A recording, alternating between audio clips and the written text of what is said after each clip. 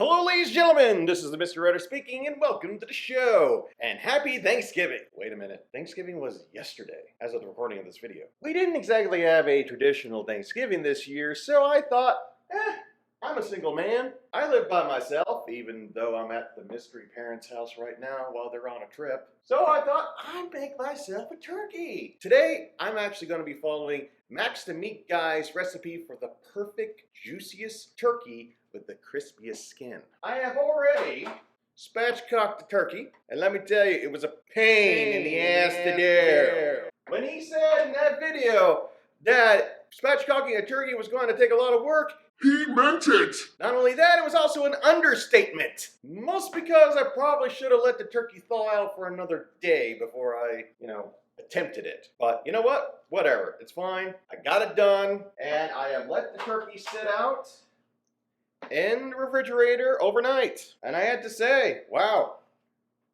that skin looks much drier than it did last night. And of course, I already got my compound butter made. Now, his recipe for the compound butter used fresh ingredients such as sage leaves, fresh rosemary, etc. But unfortunately, I was not able to have those kind of ingredients. So what I used instead was ground sage, thyme leaves, and this rosemary and lavender blend, which on the bottle it says that it's very good for poultry. And I've also used a little bit of seasoning salt. Now, I don't want to use too much seasoning salt because, one, for the dry brine, in which you use baking soda and, in my case, sea salt, as long as it's the coarse brand. Now, his recipe calls for kosher salt, but seeing how it was so close to Thanksgiving, I was unable to find any kosher salt. But, according to Google, coarse sea salt or Himalayan pink salt, as long as the grind is very coarse, makes for a good substitute for kosher salt. I also used a little bit of garlic powder, and instead of a barbecue rub, I decided to go with chili powder. Chili powder has not steered me wrong yet. So, what is left to do? Well, simply, we're going to be putting our compound butter under the skin of our turkey, like so. Try not to get it on the skin itself, otherwise it will burn.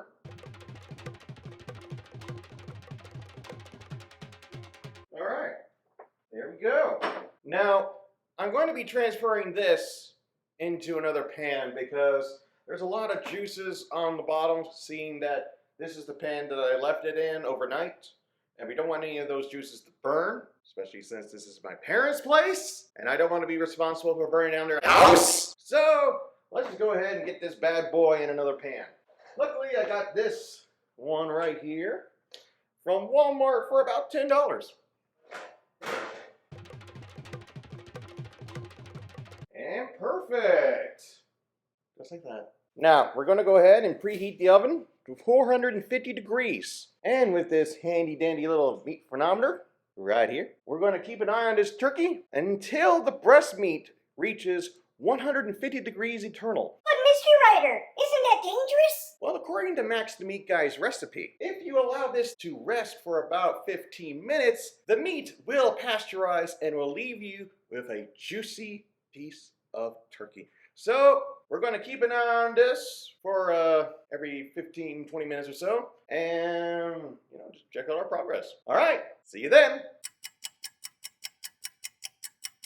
Hello again, this is the Mr. Writer, and the turkey is finally out of the oven. It has reached an internal temperature of 150 plus degrees. Actually, it's also, in some areas, it's actually 170. In other areas, it's closer to 160 or well over 160. But either way, we're going to let this bad boy sit for 15 minutes. Mistakes were made. I should have let this turkey thaw out longer because I do not...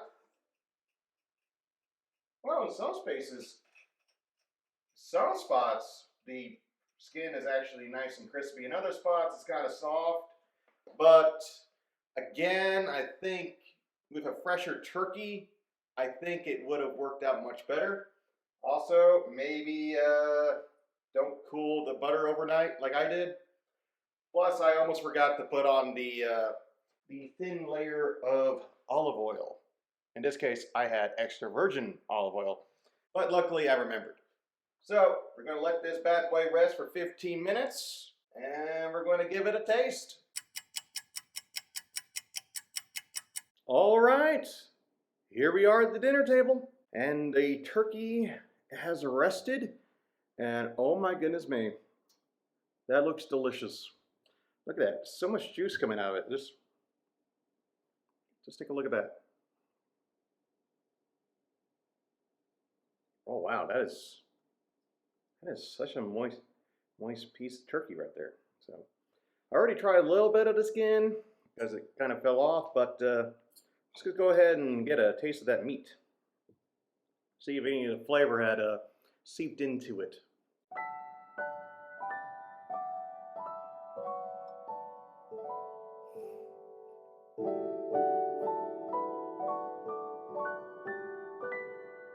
Okay,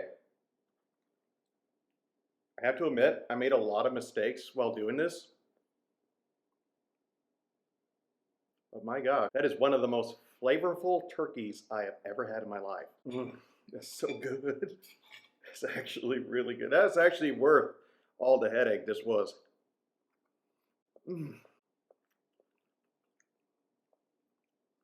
It's so juicy. Let's try this piece. With a little bit of the skin on it. See how this one is. I mean, it practically just falls apart. Oh my gosh. That's what I'm talking about. Oh, that's so good. Okay, now I'm starting to understand the Food Wars foodgasm meme. Because, get a little bit of kick from the chili powder, but then the herbs just, oh my gosh. That is one of the juiciest turkeys I ever had.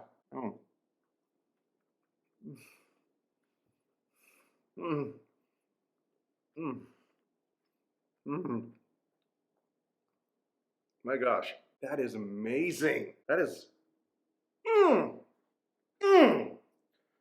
Oh, I feel so accomplished right now. This is not me acting. This is not me acting. This is legitimately me enjoying a nice piece of turkey. That is one of the best turkeys I ever had. That was worth the headache. And now, seeing how this was a 7.5 pound whole turkey breast with wings, I can't eat this all by myself.